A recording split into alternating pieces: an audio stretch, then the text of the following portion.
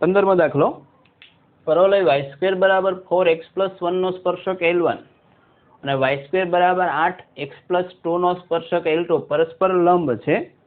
આનો એક સ્પર્શક L1 છે, બીજાનો L2 પરસ્પર લંબ. તો L1 અને L2 નું છેદબિંદુ ખાલી જગ્યા રેખા પર હોય. એટલે કઈ રેખા પર થશે તે જોઈએ. તો પરવલયનો સ્પર્શક y² બરાબર 4x + 1 માટે અને y² બરાબર 4x સાથે સરખાવીએ તો x ની જગ્યાએ x + 1 આવે, એ બરાબર કેટલા થશે 1. ધારો કે L1 નો ઢાળ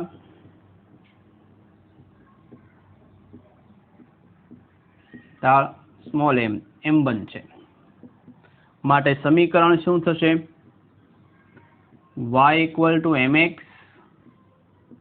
+ c. c ની જગ્યાએ શું y = mx + c. c બરાબર શું થાય? a/m થશે. y² બરાબર 4x નું કોઈ બિંદુએ સ્પર્શ બને તેની માટેની શરત માટે y = m1x + c એટલે કે a/m. બીજા સ્પર્શક માટે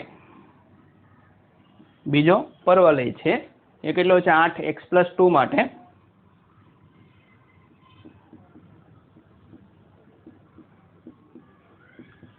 a બરાબર 2. માટે સમીકરણ ધારો કે L2 નો ઢાળ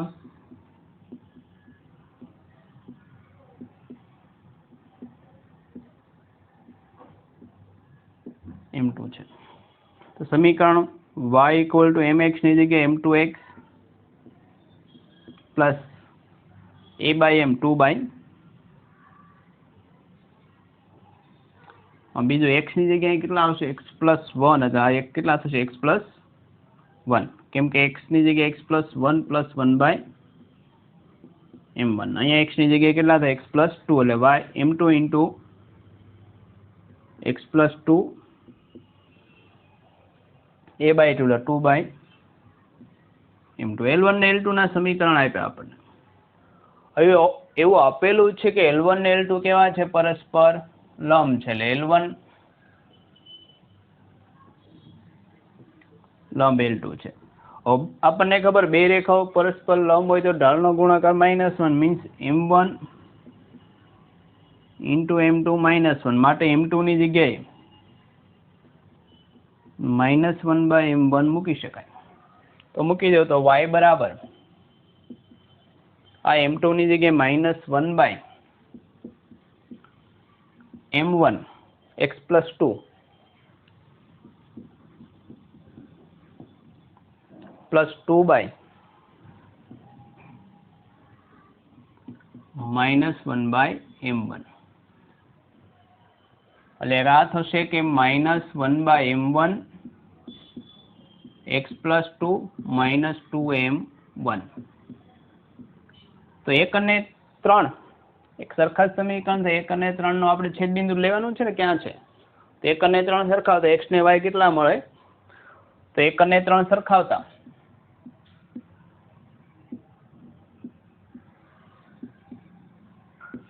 બંનેમાં y આમ સરખો જ, એટલે સરખાવીએ. 1 અને 3 સરખાવતા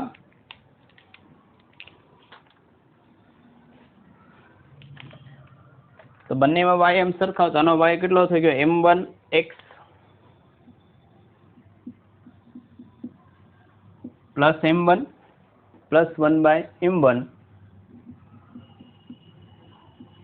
આ બાજુ કેટલા થાય? -1/m1x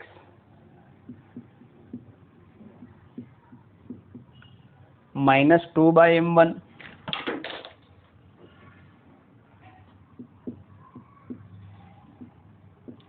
-2m1. x વાળા પદ આ બાજુ ને બાકીના બધા સામેની બાજુ. તો -1/m1 આ બાજુ છે પ્લસ, અને કોમન કાઢો તો આ બાજુ એવું થાય m1 + 1/m1 x. આ બાજુ કેટલા હતા? -2/m1 હતા, -2m1. આ m1 સામેની બાજુ જશે, -1/m1 પણ કેવું જશે? સામેની બાજુ. તો -m1 પ્લસ આ પણ -1/m1. તો m1 plus 1/m1x -2 -1 -3/m1 m1 -3m1 થશે તો -3 તો m1 plus 1/m1 x -3 common કાઢી લઈએ તો 1/m1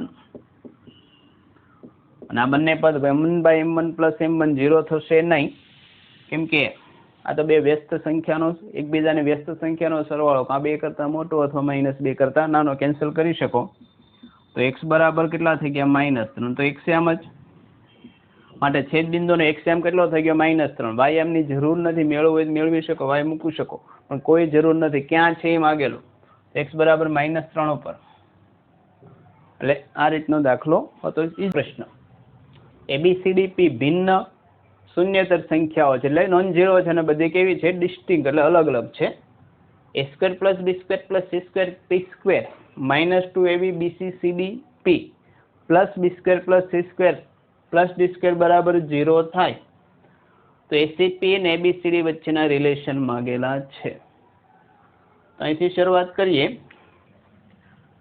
તો પેલા બધા પદ છૂટા પાડી દો તો થોડો કંઈક આઈડિયા આવે આપણને. તો આ થશે a² b² a² p² b² p² c² p² વગેરે થાય b² p² c² p²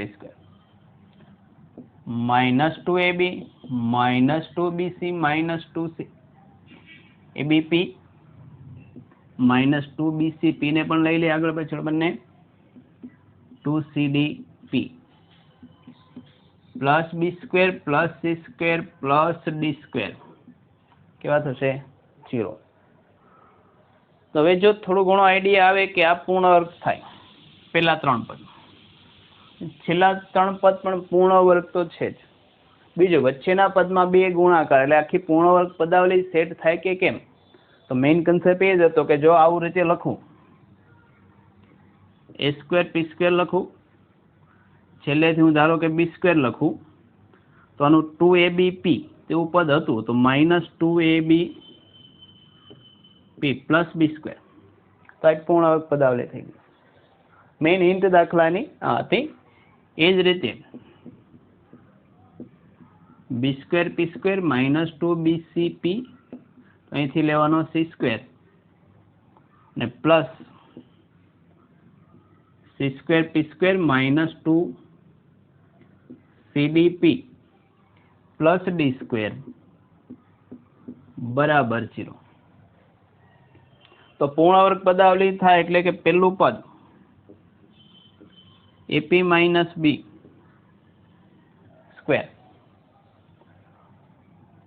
plus bp - c² plus cp - d².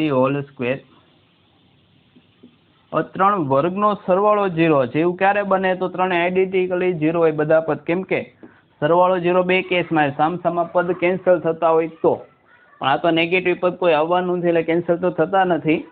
એનો મતલબ એવો થાય કે બધા પદ પોતે 0 હશે, આઈડેન્ટિકલી 0. એનો મતલબ થાય ap - b બરાબર 0 હોય,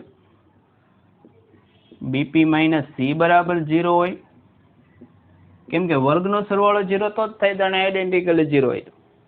પહેલા પરથી ap બરાબર b માટે p બરાબર b/a થશે. બીજા પરથી bp બરાબર c તો p બરાબર કેટલા થઈ ગયા c/b. ત્રીજા પરથી cp બરાબર d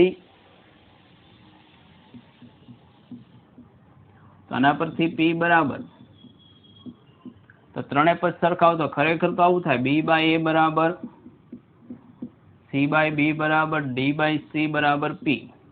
તો આવું તો ક્યારે થાય સમગુણોત્તર શ્રેણી થાય, કેમ કે b ને a વચ્ચેનો ભાગાકાર કે c ને b વચ્ચેનો કે d ને c વચ્ચેનો ભાગાકાર કેવો થઈ ગયો સરખો p. મતલબ એવો થઈ ગયો કે abcd એ હોય જીપી એટલે કે સમગુણોત્તર શ્રેણીમાં હોય. એટલે થોડો હિન્ટ વાળો દાખલો હતો. આ જો આઈડિયા સ્પાર્ક થઈ જાય તો દાખલો બહુ ઈઝી, નહીંતર તો આ રકમ જોઈને થોડીક બીક લાગે કે આમાં કોઈ સેટ થતું નથી.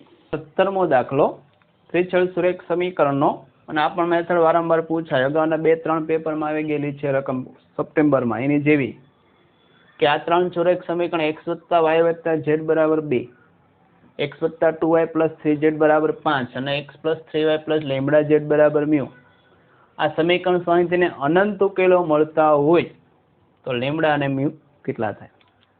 અને અનંત ઉકેલો છે એટલે કે d0, dx0, dy0, dz0, ટૂંકમાં બાકીનું બધું 0 થાય. તો d = 0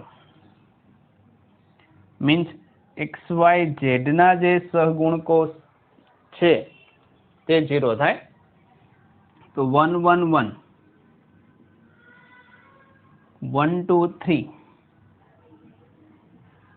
અને 1 3 લેમ્બડા બરાબર 0.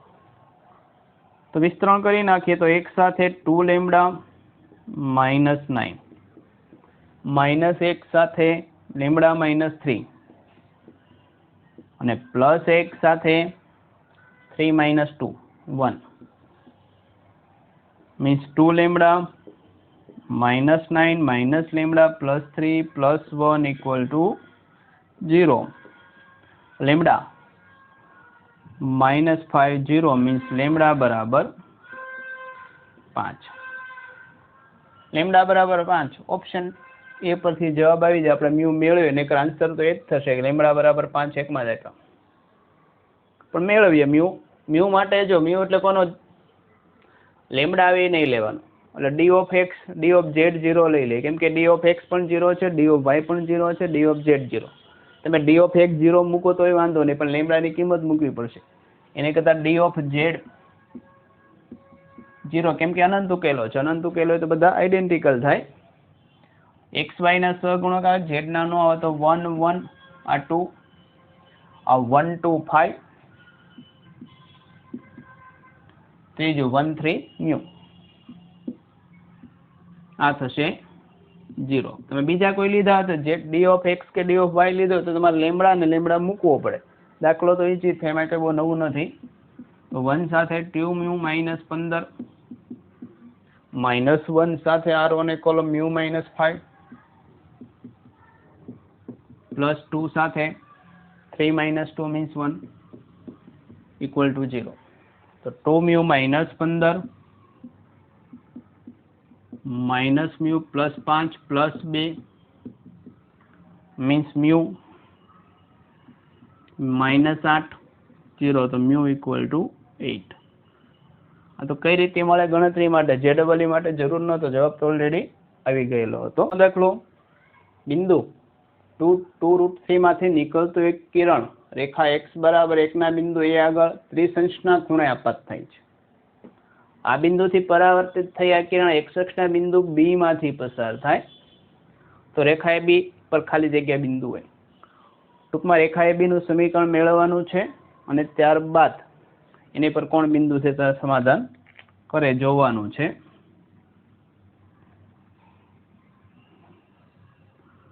આ ધારો કે x અક્ષ ને y અક્ષ. और रेखा x बराबर 1 છે. આ કોઈ બિંદુ P 2√3 માંથી એક કિરણ આપાત થાય છે. આ ધારો કે નામ P આપી જ દેવાનું.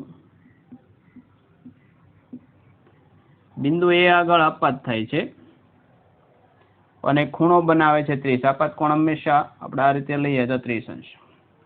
ત્યાંથી પરાવર્તિત થઈને કિરણ બે બિંદુ જે x અક્ષ પર છે ત્યાંથી પસાર થાય તો રેખા AB નું સમીકરણ મળી જાય તો બાકીનું બધું થાય. તો એ બિંદુ A હતું. આ સમાંતર રેખા હોય તો આ થશે 60. તો આપાત આ 60 હોય તો આ પણ કેટલો થશે 60 અંશ. અહીંયા થશે 60 હોય તો આ 60 તો કેટલા થાય 120 અંશ. તો રેખા AB નો ઢાળ મળી ગયો આપણને. રેખા AB નું સમીકરણ માટે A અથવા B ના આયામ લઈએ તો એના આયામ આપણે જો બિંદુ x પર છે એના આયામ 1 t એવા લઈ શકીએ, કેમ કે બિંદુ A છે x અક્ષ પર x બરાબર 1 રેખા પર તો હતું. તો બે રીતે મળે. હવે જો રેખાખંડ AP નો ઢાળ y2 - y1 છેદમાં x2 - x1 અને રેખા AP નો ઢાળ tan sin, એના પરથી આપણને A મળશે.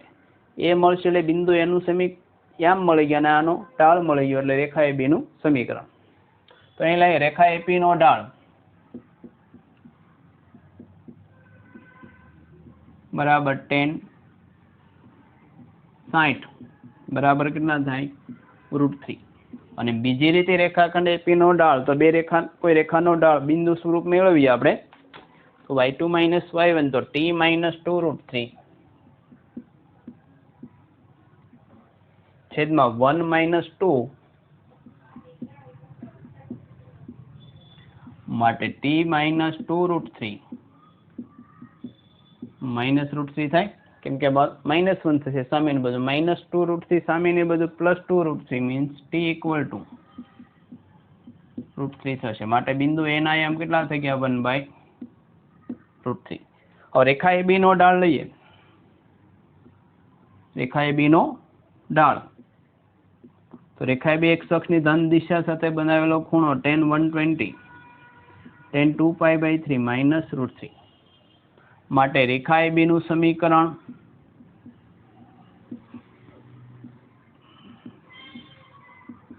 y - y1 ઢાળ m -√3 x - x1 એટલે કે y -√3 -√3x માઇનસ તો √3x આ બાજુ લઈ લે તો √3x + y તો રેખા AB નું સમીકરણ મળ્યું. હવે તો આપણે જોવાનું કોણ એનું વેરિફિકેશન કરે. આ 3 √3 વત્તા √3 એટલે 4√3 થાય, આ ન મેળ પડે. આ 3 ને 3 6 થાય, આ ન મેળ પડે. 3√3 - √3 2√3